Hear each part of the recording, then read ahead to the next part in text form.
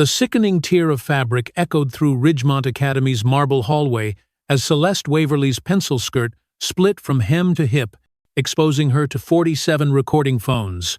The quarterback who'd grabbed her 6'4" of entitled muscle named Preston Holt was still laughing when her perfectly executed Tomoe nage sent him flying over her shoulder into the trophy case in 12 seconds.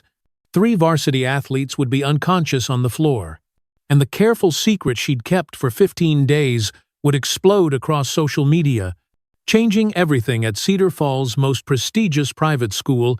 Before I share how Celeste transformed from a quiet literature teacher into the woman who brought down an entire network of predators, I want to take a moment to connect with you, yes. You, watching right now. These stories I tell, they're not just entertainment, they're lifelines for someone out there who's facing their own bullies, their own impossible situation. Last week, I received a message from a teacher in Texas who said our previous story gave her the courage to finally report her harasser, another from a student in Ohio who stood up to protect a classmate because of something she learned here. If Celeste's journey resonates with you, if you've ever faced harassment or stood up for someone who has, I'd love to hear your thoughts in the comments below. Your experiences, your wisdom, they matter. They help others realize they're not alone. Celeste Waverly had arrived at Ridgemont Academy on a humid Monday morning in early September, her rental Toyota looking painfully out of place among the BMWs and Teslas in the faculty lot. At 29, she was younger than most of the teaching staff. With wheat blonde hair, she kept in a neat bun and gray-blue eyes that seemed to catalog every detail of her surroundings. The HR department had been thrilled to hire her Stanford undergraduate, Columbia Teachers College. Glowing recommendations from her previous position at a small charter school in Oregon. What her resume didn't mention was why she'd really left Portland, or why she'd spent the past 18 months training 6 hours a day at the Gracie Jiu-Jitsu Academy under former Olympic coach Kenji Yamamoto. It didn't explain the faint scar along her collarbone, barely visible beneath her modest blouses, or why she'd legally changed her last name from Morrison to Waverly exactly 2 years ago. Ridgemont Academy was supposed to be her fresh start, a place where her past couldn't follow, where she could just teach American literature to privileged teenagers and slowly remember what normal felt like. The first sign of trouble came during her third period class on her second day. She was discussing Hawthorne's The Scarlet Letter when Preston Holt sauntered in 20 minutes late, reeking of marijuana and expensive cologne. "Mr. Holt," Celeste said calmly, not looking up from her whiteboard, "you'll need a late pass." The classroom fell silent. Preston Holt didn't get late passes. His father owned 3 car dealerships and had donated $2.5 million for the new athletic center. His mother sat on the school board at Ridgemont. The Holt name was currency, and Preston had been spending it freely since freshman year. "That's cute," Preston said, his voice carrying the lazy confidence of someone who'd never faced a real consequence. "You must be new here." "I am," Celeste replied, finally turning to face him, "which means I haven't learned which rules don't apply to certain students. Please get a pass or find somewhere else to be." His green eyes narrowed, studying her like a predator, evaluating prey. Behind him, his usual crew had materialized. Dante Caruso, whose father's construction company had built half of Cedar Falls, and Shenwei Chase Liu, heir to a pharmaceutical fortune, and the tech genius who'd hacked the school's grading system twice without getting expelled. "Listen, Miss," Preston glanced at her desk nameplate. "Waverly, maybe we got off on the wrong foot. How about I take my seat and we forget this happened? How about you leave my classroom until you can follow basic rules?" Celeste's voice remained steady, though her fingernails pressed small crescents into her palms. "Your choice." The silence stretched between them like a taut wire. Finally, Preston smiled not with humor, but with the cold calculation of someone marking a target. "Your funeral," he said softly, backing out of the room. "See you around, Miss Waverly." As the door clicked shut, Celeste heard the whispers start. "She's done for. Preston's gonna destroy her. Remember what happened to Mr. Kellerman?" Celeste didn't ask about Mr. Kellerman. She had a feeling she'd find out soon enough. The campaign started small. On day 4, she found her car tires deflated in the faculty lot. Security cameras had mysteriously malfunctioned during that exact time window. On day 6, someone had superglued her classroom door lock. The janitor had to remove the entire mechanism while her students waited in the hallway. Preston's crew, watching from across the corridor with poorly hidden smirks. By the second week, things escalated. Explicit images deepfakes of her face on pornographic bodies were airdropped to students during her classes. Someone had created an Instagram account called Miss Waverly After Dark, filled with fabricated stories about her supposed sexual history. The posts were taken down within hours. But screenshots circulated through Snapchat and WhatsApp groups like wildfire. Celeste documented everything. Every incident was photographed, screen recorded, and filed in a folder. She kept both digitally and in hard copy.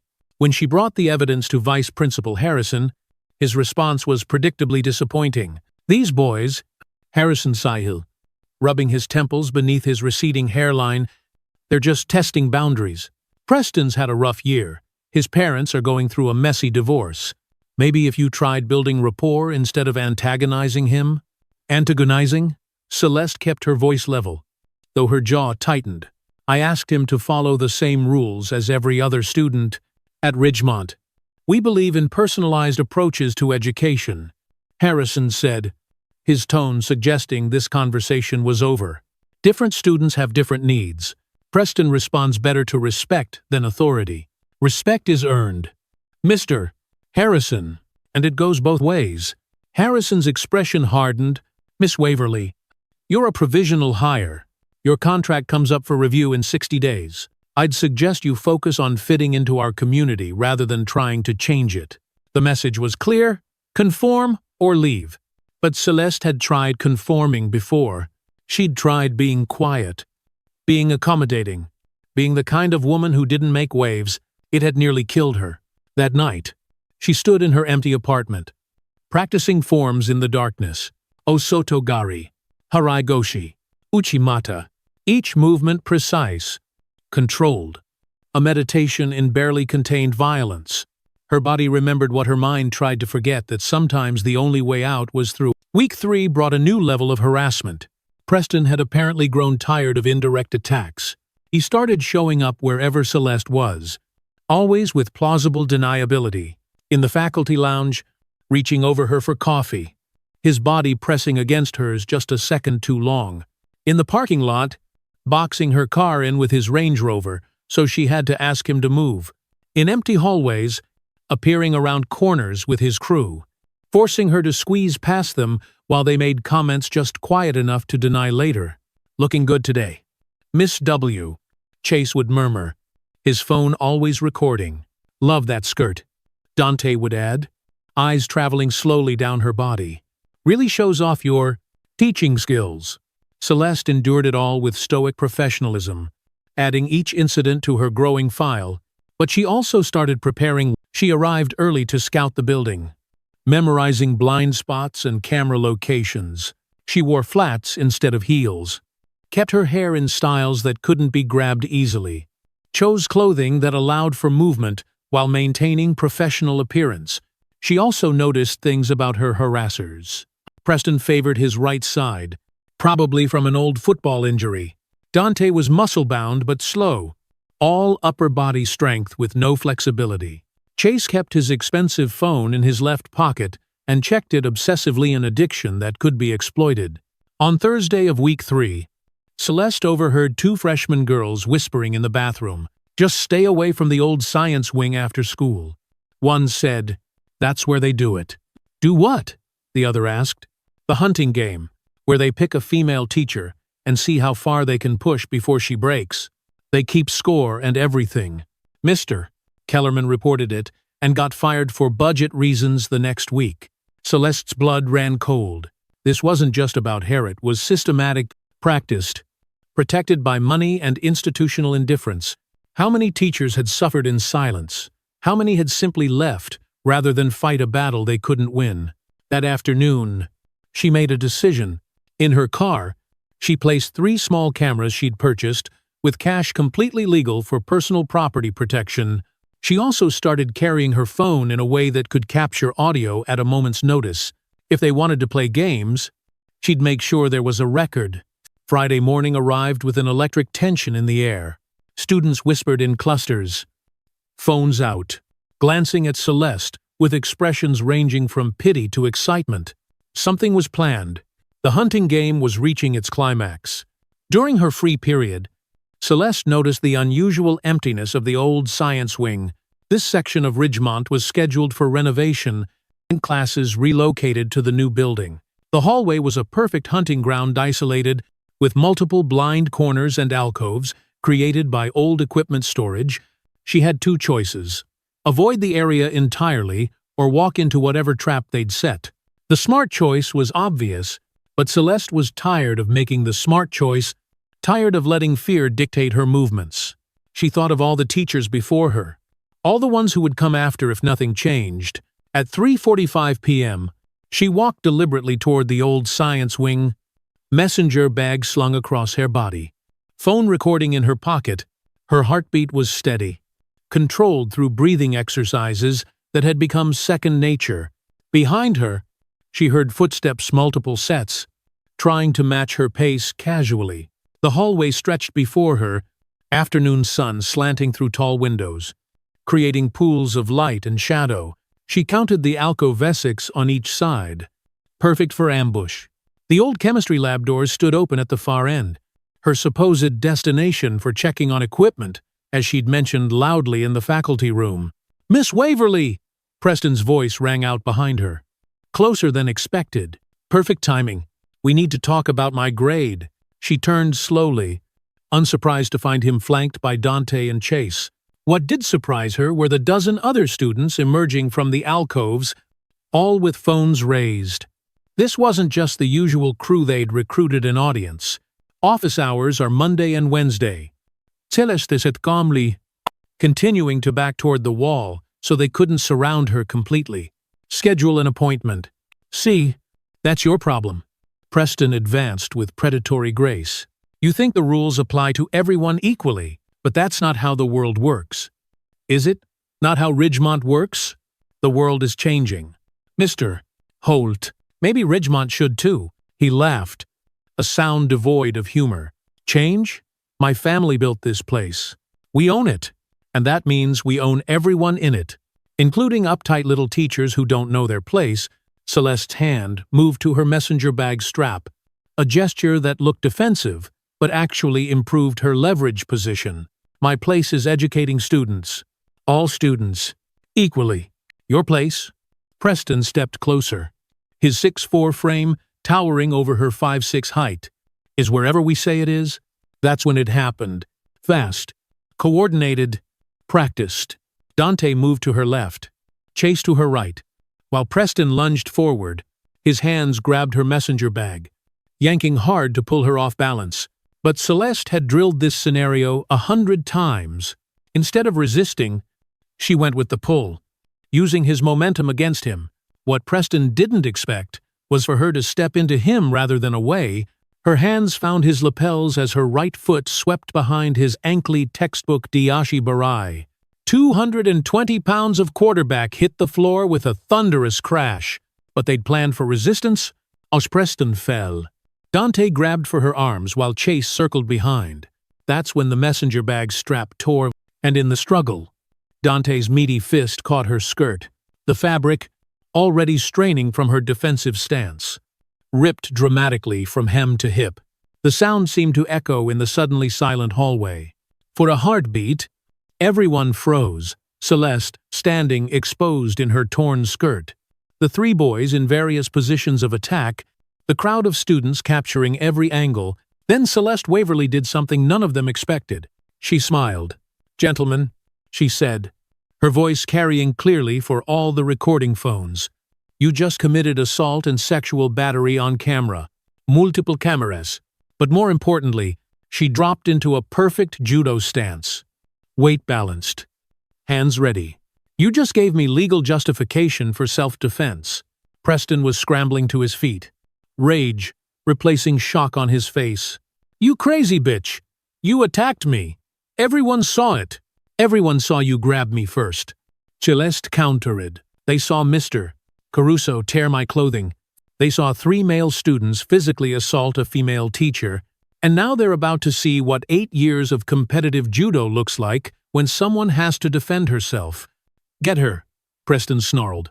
They came at her simultaneously, a mistake born of arrogance and too many Hollywood movies. Real fights weren't choreographed dances.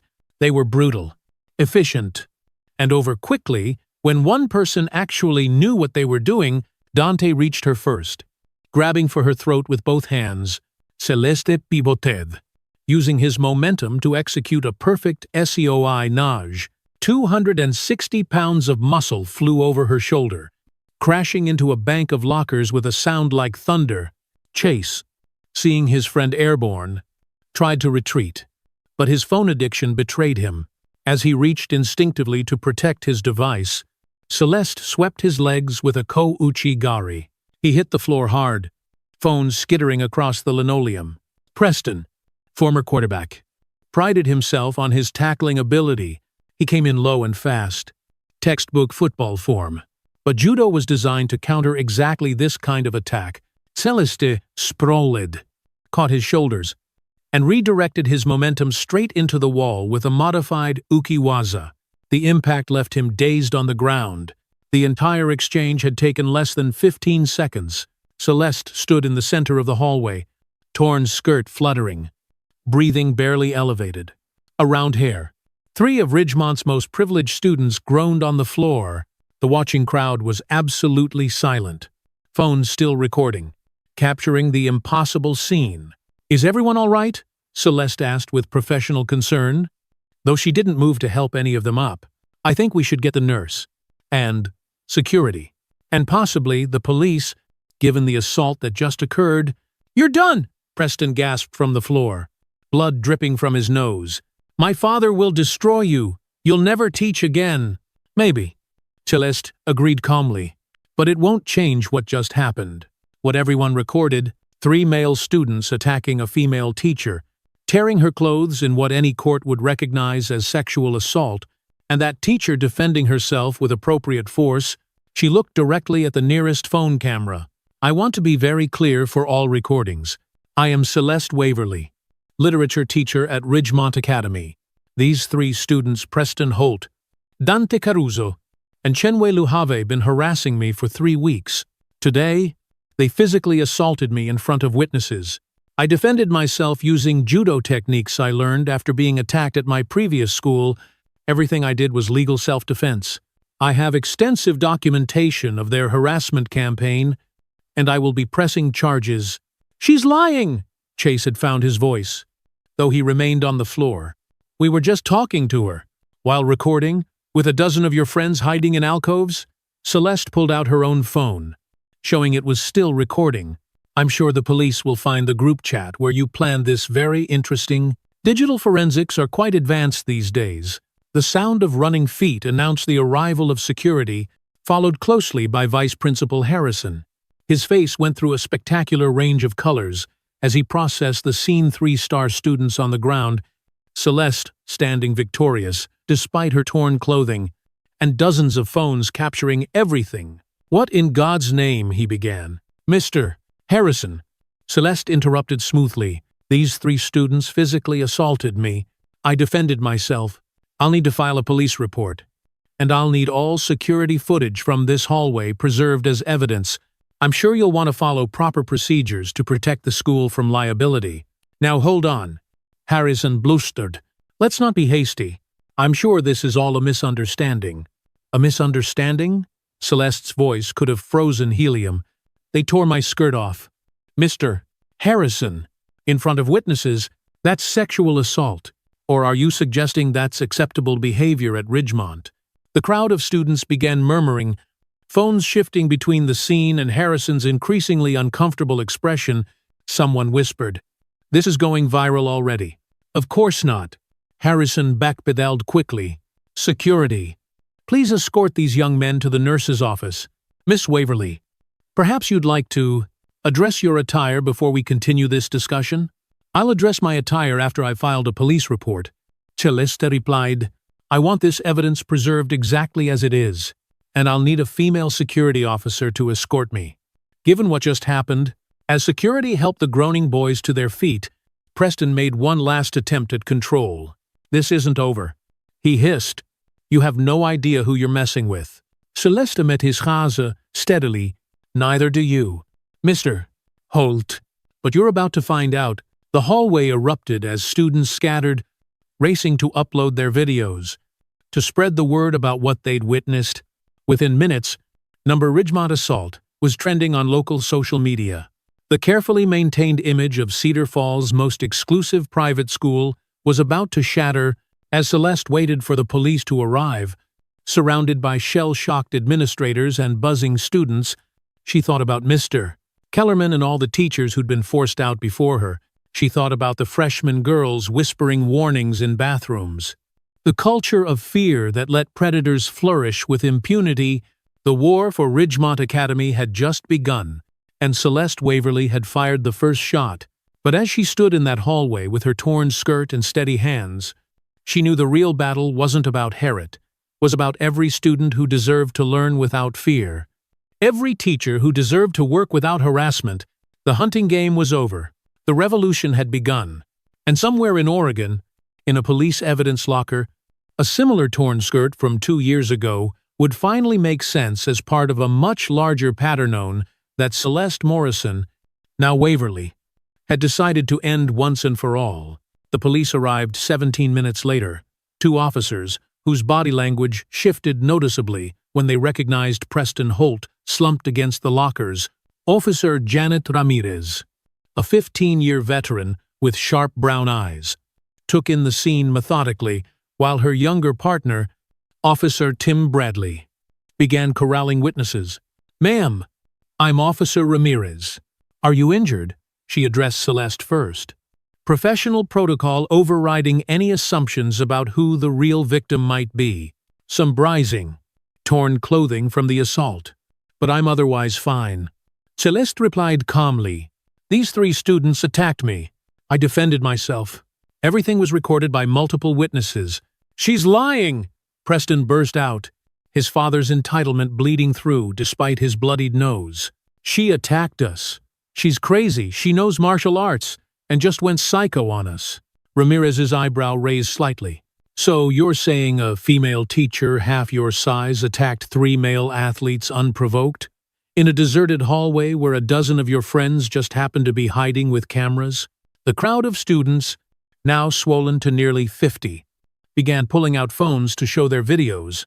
What emerged was damning from every angle. Preston grabbing Celeste's bag, then to tearing her skirt. The coordinated nature of their attack. Holy shit, Bradley muttered under his breath as he watched one particularly clear video. Sorry. I mean, this is definitely assault. Vice Principal Harrison, attempted damage control. Officers. Surely we can handle this internally. These are good boys from good families. Maybe community service. Mr. Harrison. Ramirez interrupted, her voice steel-wrapped in politeness. Are you attempting to influence a criminal investigation? Because that would be obstruction of justice. Harrison's mouth snapped shut. Within an hour, the old science wing had transformed into a crime scene. Yellow tape blocked access as forensics photographed everything. Celeste had given her initial statement and changed into gym clothes provided by the female security officer, her torn skirt bagged as evidence. The 3 boys were read their rights as their parents arrived in a parade of luxury vehicles and designer panic. Preston's father, Mitchell Holt, stormed in like he owned the place which, given his donations, he practically did. This is ridiculous. I want that woman arrested for assaulting my son. Mr. Holt, Ramirez said evenly, your son is on video committing sexual assault. Multiple videos. From multiple angles. He tore a teacher's clothing off. That's a felony. She provoked them. Harrison. Tell them about her attitude problem. But Harrison had finally realized which way the wind was blowing, with dozens of videos already viral and more witnesses coming forward every minute. Distancing himself from the scandal was his only play. I wasn't present for the incident. I can't speak to what happened. The betrayal in Preston's eyes was almost pitiful. Almost. By 6 p.m. The parking lot looked like a legal convention. 3 separate law firms had set up war rooms in their Mercedes SUVs. Parents screamed into phones, demanding favors, calling in decades of political capital. But the internet moves faster than influence, and number Ridgemont assault had already jumped from local to national trending. Celeste sat in the main office. Having finished her formal statement, through the window, she watched the media vans arriving. Her phone buzzed constantly reporters, teachers' union representatives, and one number she'd been expecting. Celeste? The voice was familiar, though she hadn't heard it in 2 years. It's Detective Sarah Chen from Portland PD. I just saw the news. Hello, Sarah. Celeste closed her eyes. Knowing this call was inevitable, same MO as the Morrison case. 3 attackers. Public humiliation attempt. Sexual assault component. Except this time you were ready. This time I refused to be a victim. You were never just a victim. Celeste. You were a survivor. And now, God, I can't believe I'm saying this. But thank you. You did what we couldn't. You got it all on video. The Morrison case. Even thinking the name made Celeste's scar throb. 2 years ago, when she was teaching at a charter school in Portland, 3 senior boys had cornered her in the photography darkroom. The attack had been brutal, premeditated, and would have been worse if a janitor hadn't heard her screams. But the boys were sons of Portland's Elitia judge, a state senator, and a hospital board director. Despite Celeste's injuries, despite the clear evidence of assault, the case had been buried. Security footage mysteriously corrupted, witnesses suddenly uncertain. The boys graduated with honors, while Celeste spent 6 months in therapy, learning to sleep without nightmares. That's when she'd started training Judo, Brazilian Jiu-Jitsu, Krav Maga, thing that would ensure she'd never be helpless again. She'd legally changed her name, moved states, tried to start over. But trauma has a way of following you, of recreating patterns. Maybe she'd subconsciously chosen Ridgemont because she recognized the same toxic culture. Maybe she'd been preparing for this moment for 2 years. The Portland families, Chen continued. They've been following your story. The Morrisons are worried you might. I have no interest in relitigating the past. Celeste interrupted. But I won't hide from it either. If reporters connect the dots, I'll tell the truth. After ending the call, Celeste found Ramirez waiting outside. Miss Waverly, we're going to need you to come to the station tomorrow for follow-up questions. Also, the officer lowered her voice. You might want to get a lawyer. The families involved have deep pockets. I appreciate the concern. But I've been preparing for this longer than you know. That evening, Celeste's apartment became command central. Her laptop displayed a split-screen social media metrics on one side, legal documents on the other. She'd drafted cease and desist letters for the deepfake harassment, compiled her 3 weeks of documentation, and organized everything into a comprehensive timeline. At 9 p.m., her doorbell rang. Through the peephole, she saw someone unexpected. Elizabeth Winters, Ridgemont's AP history teacher, and one of the few colleagues who'd been genuinely friendly. I brought wine and war stories, Elizabeth said, holding up a bottle of red. Figured you could use both. Over Merlot, Elizabeth revealed what Celeste had suspected. The hunting game had been going on for years. Started with Preston's older brother back in 2016. They pick a young female teacher each semester, escalate until she breaks. Most transfer out. Some just quit teaching entirely. How many? That I know of? 11? But I've only been here 5 years. Elizabeth's hands shook slightly as she refilled her glass. I was a target my 2nd year. Not the full game. I wasn't pretty enough or young enough for that. Used casual harassment. Enough to remind me of my place. Why didn't anyone report it? To whom? Harrison was in on it. The board protects the donors. The police chief golfs with Mitchell Holt every Sunday. You're the first one who fought back. And only because you could actually fight. It wasn't just the physical training. Celeste said quietly. I've been through this before. I knew what to look for. How to document. When to strike. They thought they were hunting me. But I was hunting them. Elizabeth stared at her with something between awe and fear. You planned this? You wanted them to attack you. I wanted them to attack me on camera, with witnesses, in a way that couldn't be buried or bought off. So yes, I planned it. I'm done being anyone's victim. The next morning, Ridgemont Academy looked like a war zone. News vans lined the circular drive. Parents clustered in angry groups, some demanding justice, others defending the accused. A small but vocal group of students held signs. Protect teachers, not predators, and how many more. Celeste arrived to find Principal Amanda Cheno relation to the detective waiting in the main office. Harrison had been placed on administrative leave pending investigation. Miss Waverly, the principal said, her expression unreadable. Given yesterday's events, we're offering you paid leave while this matter is resolved. With respect, I'll be teaching my classes today. Unless you're suspending me? No. But then I have students to educate. Literature doesn't stop for scandal. Walking to her classroom felt like parting the Red Sea. Students stepped aside, some with respect, others with fear. In her first period class, the tension was palpable until a quiet girl named Samantha raised her hand. Miss Waverly, what you did yesterday? Thank you. Preston grabbed me at homecoming. I reported it. But nothing happened. Seeing him on the ground, seeing him face consequences. Thank you. The dam broke. Story after story poured out, not just about Preston and his crew, but about a culture that enabled them, boys who'd been pressured to participate or be labeled gay, girls who'd been groped, photographed, humiliated, teachers who'd look the other way rather than risk their careers. By lunch, 17 former students had contacted the police with their own assault reports. The investigation had expanded beyond 3 boys to encompass a systematic pattern of abuse. In the faculty lounge, reactions were mixed. Some teachers avoided Celeste like she had plague. Others approached quietly to share their own stories or express support. The divide was generational. Younger teachers who'd grown up with number Me Too understood. Older ones who'd spent decades working within the system felt threatened by its exposure. You've destroyed this school. Veteran math teacher Robert Coleman said loudly enough for everyone to hear. Ridgemont's reputation is ruined. Ridgemont's reputation was built on silence. Celeste replied calmly, pouring her coffee. I just turned up the volume. The legal machinery ground into motion over the following days.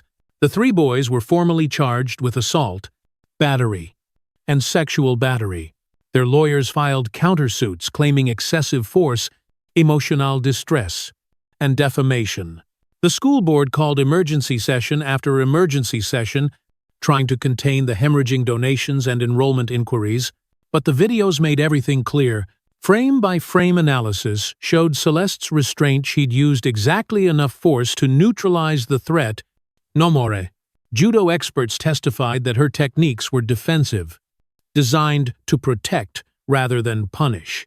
The boys' own group chat, subpoenaed by prosecutors, revealed months of planning, target selection, and scorekeeping.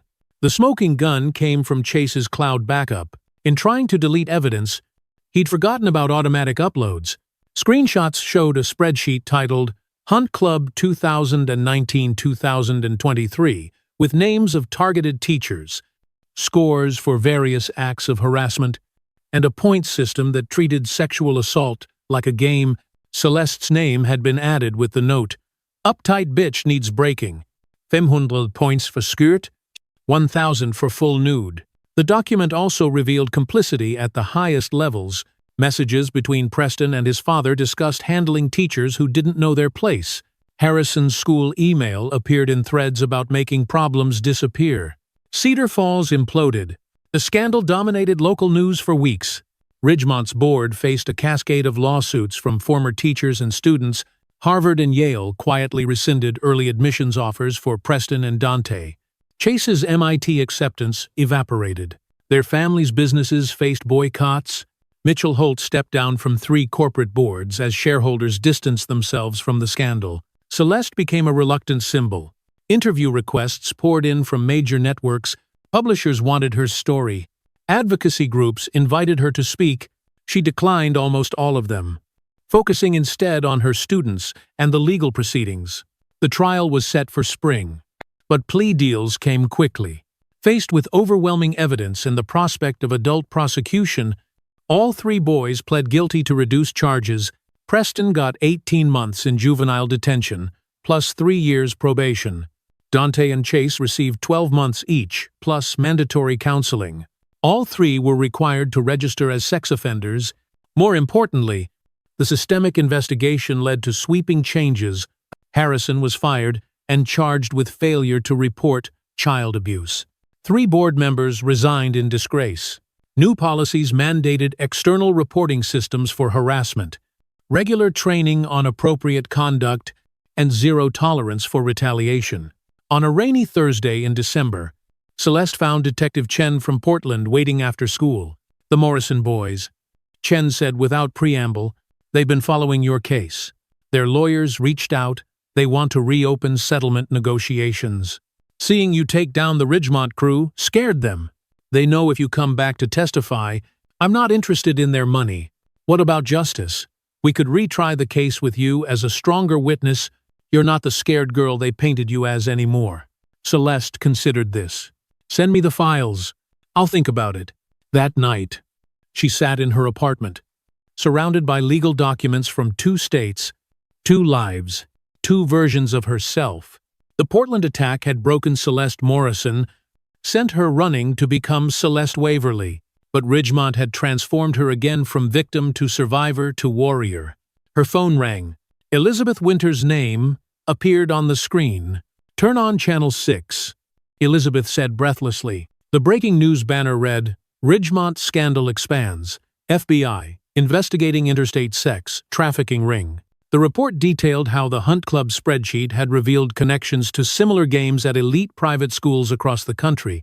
Encrypted messages suggested a network of privileged young men sharing tactics, targets, and even explicit images of female teachers across state lines. "Jesus Christ," Celeste breathed. "You didn't just expose Ridgemont," Elizabeth said. "You exposed all of them." The spring semester brought unexpected changes. Enrollment at Ridgemont actually increased, as parents sought out what was now seen as a reformed, safe environment. Celeste's classes were packed with students drawn to her reputation for fierce integrity. She used their attention to dive deep into literature about power, justice, and moral courage. During a discussion of To Kill a Mockingbird, a senior named Marcus raised his hand. "Miss Waverly, Atticus says real courage is when you know you're licked before you begin. But you begin anyway. Is that what you did?" "No," Celeste replied thoughtfully. "I knew I could win this time. Real courage was all the teachers and students who reported abuse, knowing nothing would happen. Who spoke up anyway?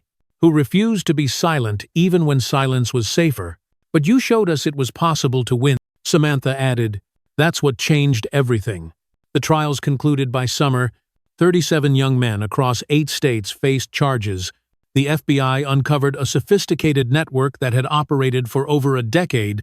Protected by wealth and institutional complicity, Ridgemont became the case study for reform. Its new policies adopted by private schools nationwide.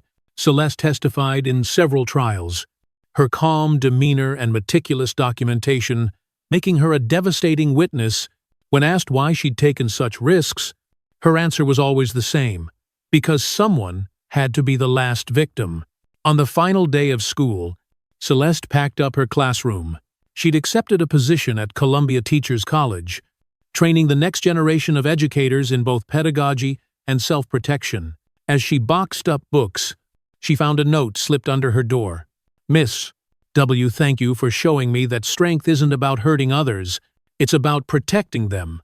I'm starting freshman year at State in the fall. Majoring in education, maybe one day I can be the kind of teacher who makes a difference too." Marcus.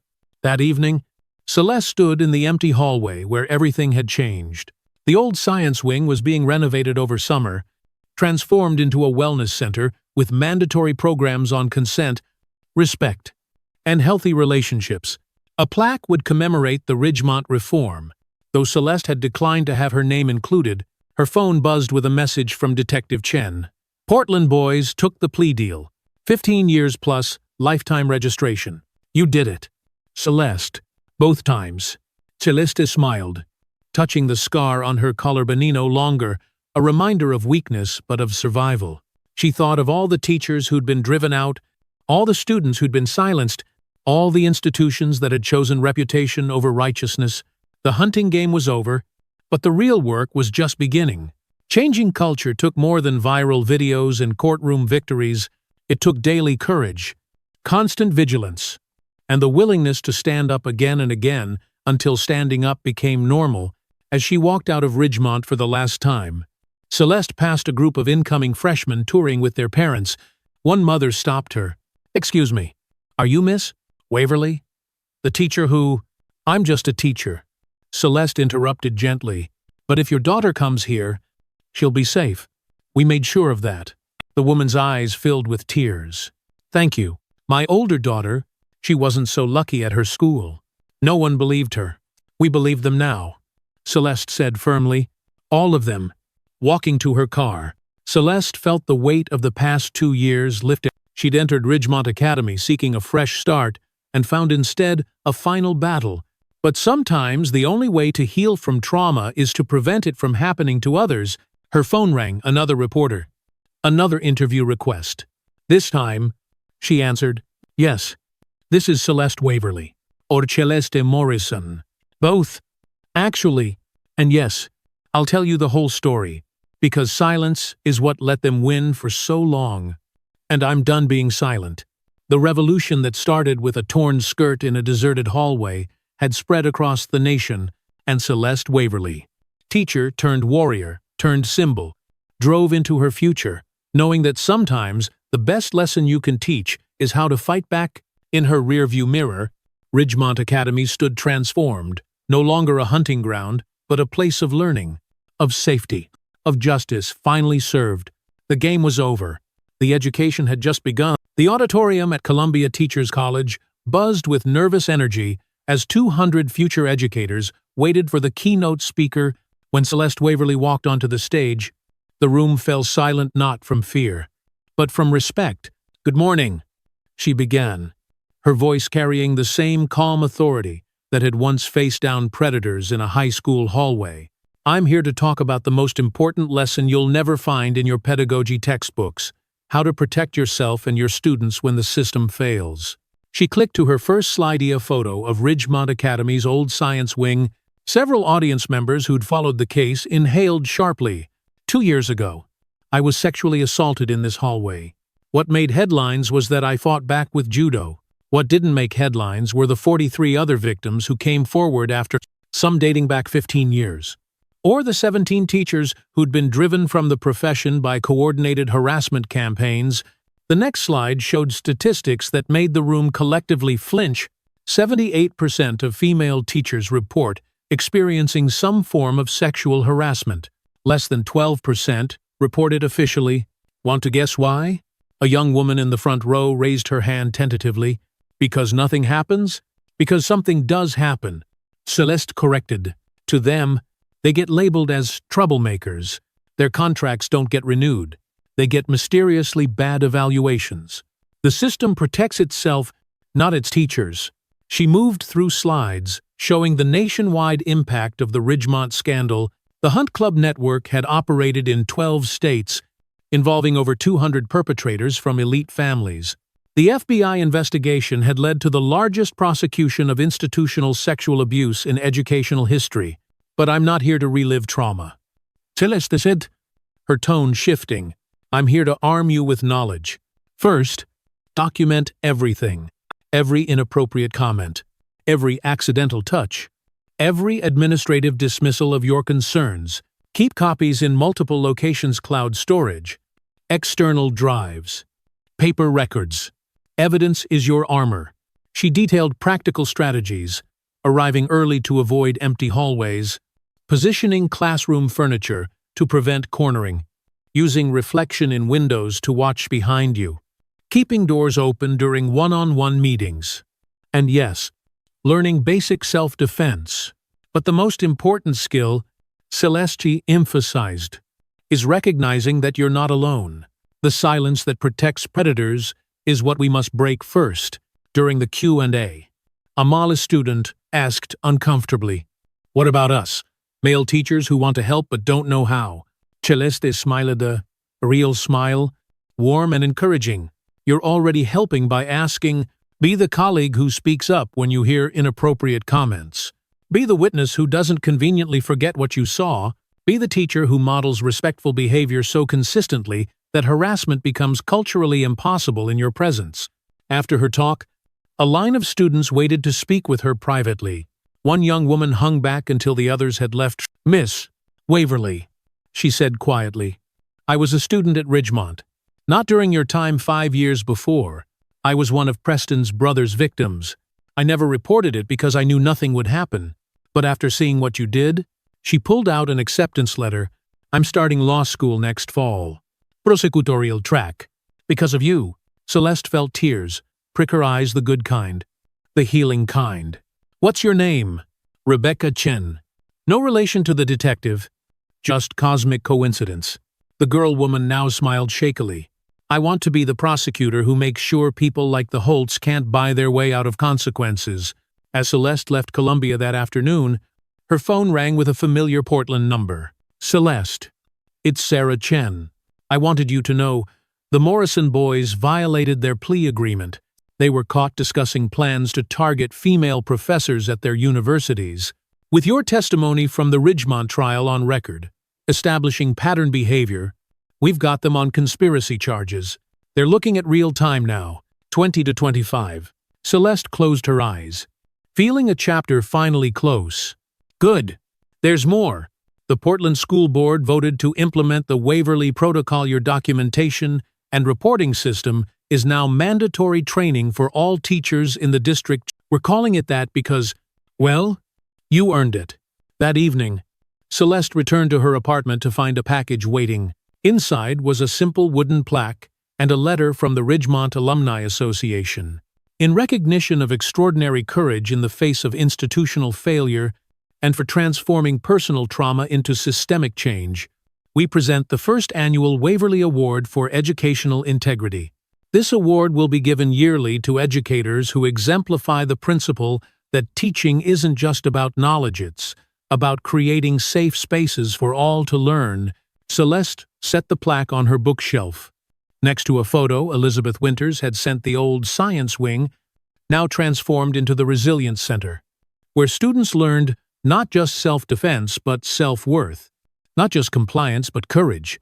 Her laptop chimed with an email from her publisher.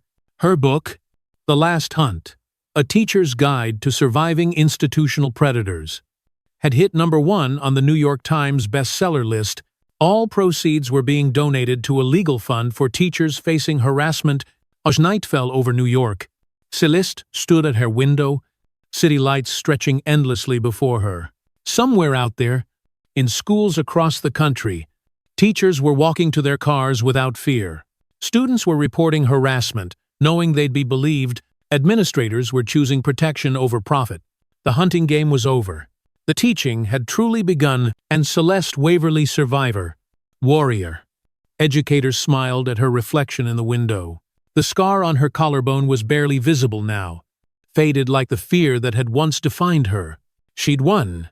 They'd all won.